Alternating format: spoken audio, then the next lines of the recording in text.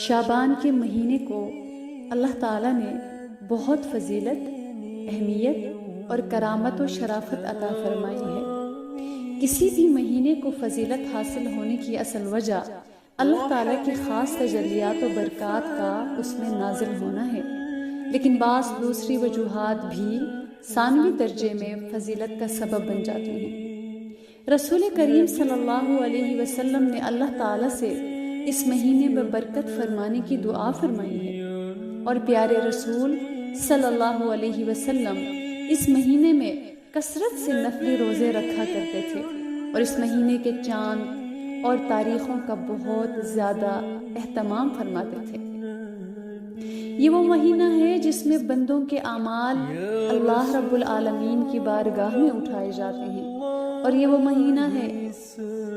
جو رمضان کے قریب واقع ہے، یعنی اس مہینے کے ختم ہونے پر رمضان المبارک کا بابرکت مہینہ شروع ہو جاتا ہے، گویا کہ شعبان کا مہینہ رمضان کی تمہید ہے، اور یہی وہ مہینہ ہے کہ اس میں ایک بابرکت رات آتی ہے جس کو شب برات کہا جاتا ہے۔ انہی جیسی وجوہات کے پیش نظر اس مہینے کو شعبان المعظم کہا جاتا ہے۔ حضرت انس بن مالک رضی اللہ تعالی عنہ سے روایت ہے، کان النبی صلی اللہ علیہ وسلم اذا دخل رجب قال اللہم بارک لنا فی رجب و شعبان وبلغنا رمضان۔ نبی کریم صلی اللہ علیہ وسلم رجب کا مہینہ داخل ہونے پر یہ دعا فرماتے تھے کہ اے اللہ، ہمارے لیے رجب اور شعبان کے مہینوں میں برکت عطا فرمائیے، اور ہمیں رمضان کے مہینے تک سلامتی کے ساتھ پہنچا دیجیے، یعنی ان مہینوں میں ہماری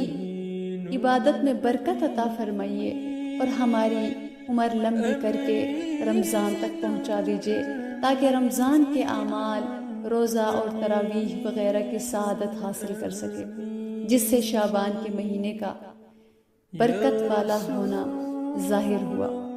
حضرت ابو ہریرہ رضی اللہ تعالی عنہ سے روایت ہے، قال رسول اللہ صلی اللہ علیہ وسلم احسو ہلال شعبان لرمضان، کہ رسول کریم صلی اللہ علیہ وسلم نے فرمایا